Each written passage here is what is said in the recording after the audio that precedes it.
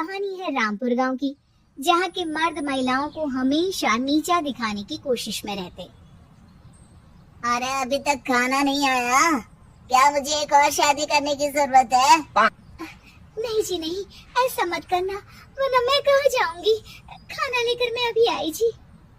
गांव की पंचायत में भी फैसले हमेशा औरतों के खिलाफ ही रहते। मैं जो फैसला सुनाता हूँ वो भगवान की आज्ञा होती है। इस लड़के ने अपने मन से शादी करके अच्छा नहीं किया। लड़के को घर भेज दो और इसकी शादी इसकी जाति की किसी लड़के से करवा दो, लेकिन ये लड़की, इसे तो गांव के बाहर निकाल दो। नहीं नहीं जमींदार साहब, ये क्या बोल रहे हैं? ऐसा नहीं हो सकता। मेरी बेटी मासूम है, इसे अच्छे बुरे की समझ नहीं है। अरे कहाँ जाएगी ये बेचारी? कहाँ जाएगी? इतनी चिंता है तो पूरे परिवार का गांव निकाला कर देते हैं। बेचारे पूरे बसे बसाए परिवार को गांव छोड़ना पड़ता है। चाहे जो हो, अगर बेटियों को कंट्रोल नहीं कर सकते तो गांव में रहने का कोई मतलब नहीं है। यहाँ औरतों को दब कर रहना होगा। कोई भी अपने हिसाब से कुछ नहीं कर सकता, सब ईश्वर की मर्जी से ही होगा। तभी गांव का एक आदमी दौड़ा दौड़ा आता है। सरपंच साहब, जमींदार साहब, वो कालिया है ना, उसकी बेटी पढ़ने के लिए शहर जा रही है। अच्छा, ये कब हो गया? और कालिया की हिम्मत कैसे हो गई ऐसा करने की?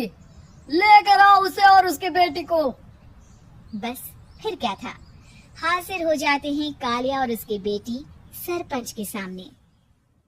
अरे कालिया, ये क्या सुनने में आ रहा है? बेटे को इंजीनियर बना रहा है तू?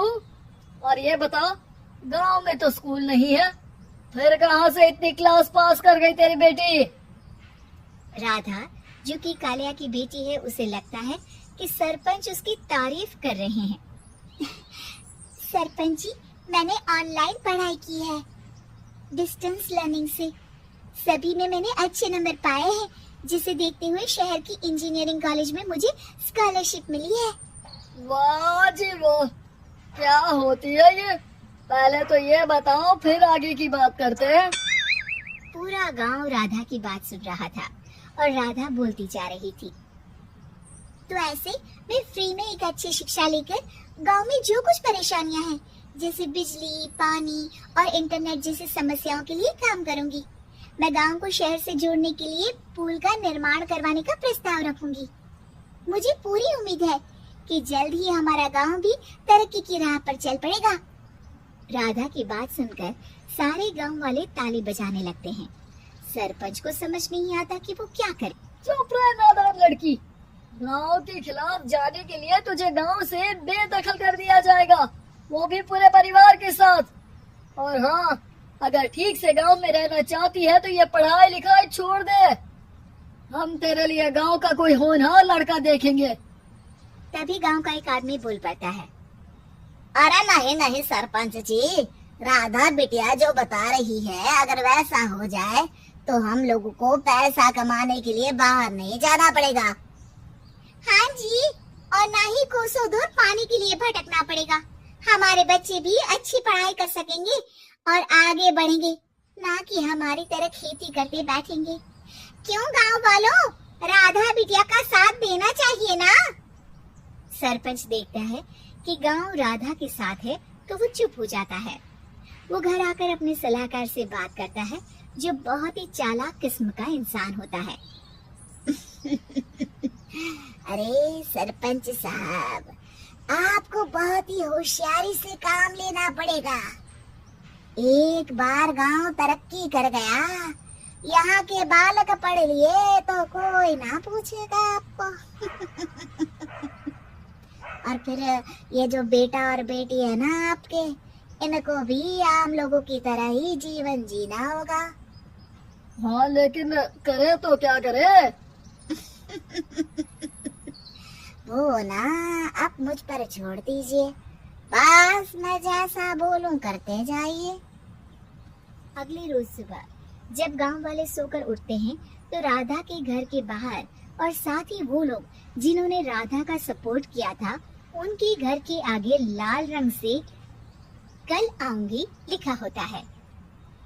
कल आऊंगी, ये क्या होता है? अरे यह तो खून से लिखा है, लगता है कोई भूत प्रेत या चुड़ैल का साया है। चलो सरपंच जी के पास चलते हैं। सभी सरपंच के पास जाकर उसे सारी बात बताते हैं। ओह, ये तो बड़ी मुश्किल की बात है। चलो, मैं एक बाबा को जानता हूँ, उन्हें बुला लेता हूँ। सरपंच बाबा को लेकर गांव के घर के बाहर जाता है।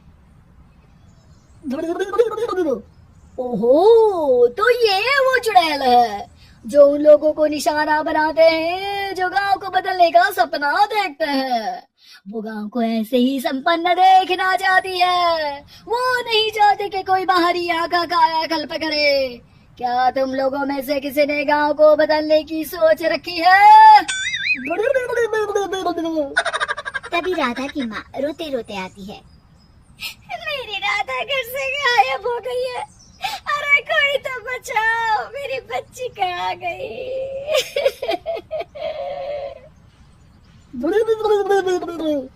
ले गई वो चुड़ैल, तेरी बच्ची को ले गई।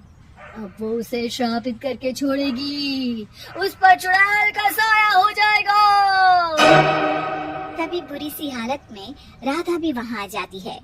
उसके बाल चुड़ैल की तरह फैले होते हैं और कपड़ों में खून लगा होता है। सभी राधा को देखकर डर जाते हैं। माँ, पता नहीं मुझे कौन उठा कर ले गया था। अरे दूर दूर हो जा चुड़ैल, अब हम लोग इस गांव में नहीं रुकेंगे। अरे कैसी बातें कर रहे हैं आप? कल तो आप मेरे भरोसे गांव का हुलिया बदलने, अपने बच्चों को पढ़ाने और तरक्की उन्नति की बात कर रहे थे, तो आज क्या हो गया आपको? ये फिर तुम लोगों को बहकाएगी। ये चुड़ैल गांव में आ चुकी है, ऐसे ही ये तुम्हारे घर के बच्चों को भी ले जाएगी। गांव वाले राधा को गांव से बाहर निकाल देते हैं। उसके माँ बाप रोते रहते हैं, लेकिन गांव वाले नहीं मानते। मैं भी अपनी बहन के साथ गांव के बाहर रहूंगा, लेकिन वो पढ़ाई नहीं छोड़ेगी। वहीं सरपंच के घर पर सलाहकार कहता है।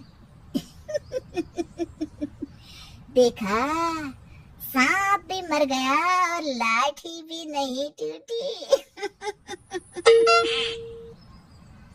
लेकिन अगले ही दिन सरपंच के घर के बाहर भी वही शब्द लिखे होते हैं। और फिर सरपंच की बीवी कहती है, हमारी बेटी को किसी ने अगवा कर लिया है। तभी राधा का भाई वहाँ आ जाता है। अरे गांव वालों, मैंने सरपंच जी की बेटी को देखा था। वो चुड़ैल उसे उठाकर ले जा रही थी। अरे क्या मजाक कर रहे हो? नहीं नहीं सरपंच जी, आप नहीं जानते। वो चुड़ैल अब आपकी बेटी में आ जाएगी, जैसे राधा के अंदर आ गई थी। तभी सरपंच की बेटी वैसी ही हालत में वहाँ आती है जैसे राधा आई थी। पापा, पता नहीं कैसे मैं गायब हो गई थी। चुड़ैल, इसके अंदर भी चुड़ैल का साया है, मारो इसे। अरे नहीं नहीं, इसे भी राधा के पास गांव के बाहर ही भेज दो। अरे चुप रहो, मेरी बेटी कहीं नहीं जाएगी और चुड़ैल वुड़ैल कुछ नहीं होता है। अरे कैसे बात कर रहे हो सरपंच जी? आप तो बोल रहे थे कि आपका फैसला भगवान का ज्ञान होता है, तो अपने पर बात आई तो अब आप ऐसे बोल रहे हैं। अरे ना ना ना, आपको अपनी बेटी को त्यागना ही होगा। अरे बुलाओ बाबा को। राधा का भाई बाबा को ले आता है, जिसे अब गांव वालों के डर के कारण सच बोलना पड़ता है। मैं कोई बाबा नहीं हूँ, मैं तो मोची था। ये सलाहकार महोदय ने मुझे कहा था एक्टिंग करने को। वो मुझे पैसे देने वाले हैं। अब मुझे माफ कर दो। गलती हो गई, मुझे माफ कर दो।